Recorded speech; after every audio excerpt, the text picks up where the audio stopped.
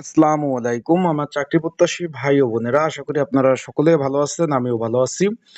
Bangladesh judicial service commission সচিবালয় সকলে অবগত আছেন, যেটা জেলা জজ এবং তার অধীনস্থ ট্রাইব্যুনাল আদালতের রাজস্ব খাতভুক্ত নিয়োগ বিজ্ঞপ্তি প্রকাশ করেছিল 20 নভেম্বর 2025। এর কিন্তু আপনার সব থেকে বেশি বড় নিয়োগটা ছিল এই যে জনপ্রিয় পদ ছিল অফিস সহকারী কাম কম্পিউটার মুদ্রাক্ষিক, তার কিন্তু পরীক্ষার সময়সূচি প্রকাশ করে দিয়েছে। তাই আজকের এই ভিডিওর মাধ্যমে আপনাদের আমি জানিয়ে দেব যে কত মার্কের পরীক্ষা অনুষ্ঠিত হবে অ্যান্ড পরীক্ষা এমসিকিউ হবে না লিখিত হবে, বিস্তারিত সকল বিষয় আপনাদের কিন্তু জানিয়ে দেওয়ার চেষ্টা করব ইনশাল্লাহ। তাহলে ভিডিওটা শুরু থেকে শেষ পর্যন্ত দেখার চেষ্টা করবেন, বিস্তারিত সকল বিষয় আপনারা জানতে পারবেন। আর একটা বিষয় হলো এখানে কি বিষয় পড়বেন এবং যারা এডমিট কার্ড ডাউনলোড করতে পারেন নাই কিভাবে এডমিট কার্ড ডাউনলোড করবেন, বিস্তারিত সকল বিষয় আজকের এই ভিডিওর মাধ্যমে আপনাদের জানিয়ে দেওয়ার চেষ্টা করব। তাই চলুন ভিডিওটা শুরু করে দেই। তার আগে বলে দেই, আপনারা কে কোন জেলা থেকে ভিডিও দেখছেন অবশ্যই জানাবেন। কে কে কার পরীক্ষা কোথায় পড়েছে। পরীক্ষা কিন্তু ঢাকাতে অনুষ্ঠিত হবে, এখানে প্রচুর পরীক্ষা অংশগ্রহণ করবে। যারা আমার ইউটিউব চ্যানেল নতুন তারা অবশ্যই আমার ইউটিউব চ্যানেলটা সাবস্ক্রাইব করে রাখবেন।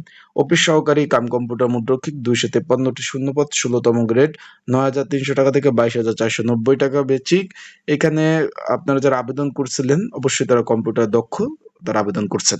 এখন পরীক্ষা তো ভাই আগামী 27 ফেব্রুয়ারি 2026 সকাল 10টা 30 থেকে 11টা 5 পর্যন্ত পরীক্ষা অনুষ্ঠিত হবে। এখন ভাই পরীক্ষাটা হবে, অনেকে জিজ্ঞেস করছেন যে এমসিকিউ না লিখিত।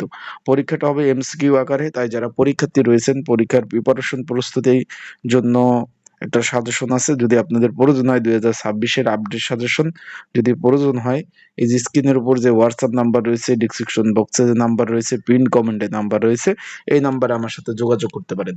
যোগাযোগ করে আপনারা কিন্তু আমার কাছ থেকে এই সাজেশনটা সংগ্রহ করে নিতে পারবেন। তাই যাদের প্রয়োজন আছে তারা অবশ্যই মেসেজ করবেন, যোগাযোগ করবেন। যোগাযোগ করে সাজেশনটা নিয়ে পড়তে পারবেন। এখন পরীক্ষার হলে কি কি ডকুমেন্ট বা কাগজপত্র লাগবে, তারা বলছে যে এমসিকিউ লিখিত ব্যবহারিক পরীক্ষার সময় একই এডমিট কার্ড, মানে আপনাদের এডমিট কার্ড নতুনভাবে এডমিট কার্ড দিবে না, এই একই এডমিট কার্ড দ্বারা, তাই মানে 3-4টা এডমিট কার্ড আপনারা ডাউনলোড করে রাখবেন। অ্যান্ড তার সাথে কিন্তু জাতীয় পরিচয়পত্র অবশ্যই আনতে হবে, এটা কিন্তু মাস্ট বি। তার মানে আপনার পরীক্ষার হলে কলম, তারপরে নিয়ে যাবেন হলো গিয়ে এডমিট কার্ড এবং অবশ্যই জাতীয় পরিচয়পত্র এখানে নিয়ে যেতে হবে। এখানে তা বলেছে পরীক্ষা শুরু হওয়ার 30 মিনিট পূর্বে পরীক্ষার হলে পৌঁছাতে হবে। আশা করি বিষয়টা আপনারা বুঝতে পারছেন। তারা সকলে ভালো থাকবেন, সুস্থ থাকবেন। আর অবশ্যই যাদের সাজেশন প্রয়োজন আছে তারা অবশ্যই যোগাযোগ করবেন। আমার এই যে স্ক্রিনের উপর যে হোয়াটসঅ্যাপ নাম্বার রয়েছে এই নাম্বারে মেসেজ করবেন, মেসেজ করে যোগাযোগ করে আপনারা কিন্তু সাজেশনগুলো নিয়ে আপনারা কিন্তু পড়তে পারবেন যাদের প্রয়োজন আছে। আর অবশ্যই আরেকটা কথা বলে যে যেহেতু রমজানে পরীক্ষা, রোজার মধ্যে পরীক্ষাটা দিয়েছে, আমি কিন্তু এর আগের ভিডিওতেও বলছিলাম যে চিফ জুডিশিয়ালের কিন্তু পরীক্ষা 27 তারিখ হবে। কিন্তু আশা করি আমার আপডেটের সাথে আপনারা মিল পেয়েছেন, বিষয়টা আশা করি আপনারা বুঝতে পারছেন।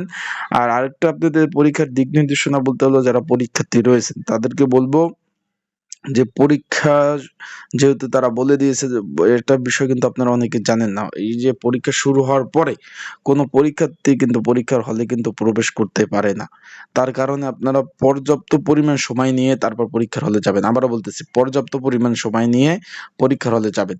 কারণ পরীক্ষার হলে পরীক্ষা এত কষ্ট করে গেলেন, তারপর মনে করেন পরীক্ষার হলে প্রবেশ করতে পারলেন না, সেটা অনেক দুঃখের বিষয়। আর নতুন করে আর কি বলবো, ঢাকা শহর কিন্তু প্রচুর জ্যাম। আপনারা সকলে অবগত আছেন যে ঢাকা শহর কিন্তু প্রচুর জ্যাম। তাই আপনারা অবশ্যই পর্যাপ্ত পরিমাণ সময় নিয়ে তারপর আপনারা পরীক্ষার হলে পরীক্ষা দিতে যাবেন। কারণ অনেক সময় দেখা যায় অল্প একটু মানে পথ যেতে অনেক সময় লাগে, মানে সামান্য অল্প একটু পথ যেতে অনেক সময় লাগে। সেই ক্ষেত্রে আপনারা ওই দিকে একটু খেয়াল রাখবেন আর পর্যাপ্ত পরিমাণ সময় নিয়ে পরীক্ষার হলে যাবেন। আর যারা এডমিট কার্ড ডাউনলোড করতে পারেন নাই, যদি এডমিট কার্ড প্রয়োজন হয় স্ক্রিনের উপর যে হোয়াটসঅ্যাপ নাম্বার রয়েছে এই নাম্বারে মেসেজ করবেন, যোগাযোগ করবেন, আপনার এডমিট কার্ডগুলো ডাউনলোড করে দেওয়া যাবে। আসসালামু আলাইকুম।